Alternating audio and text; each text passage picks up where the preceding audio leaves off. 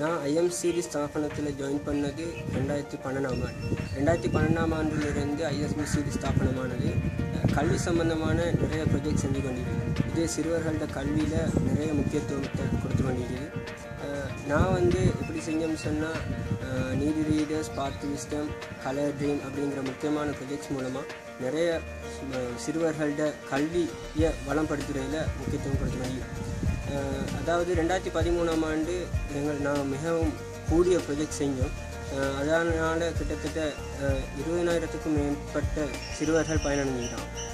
இதை தொடர்ந்து நாங்கள் செஞ்சு கொண்டிருக்கிறதுக்கு எங்களோட நீங்கள் ஜாயின் பண்ணிங்கன்னு சொன்னால், நாங்கள் எங்களோட வாழ்க்கையிலையும் மேலும் இந்த சிறுவர்கள் வேறு கிராமங்கள்லேருந்து வர சிறுவர்களுக்கு கல்வியை வளம்படுத்துறதுக்கு உதவியாக இருக்கும்.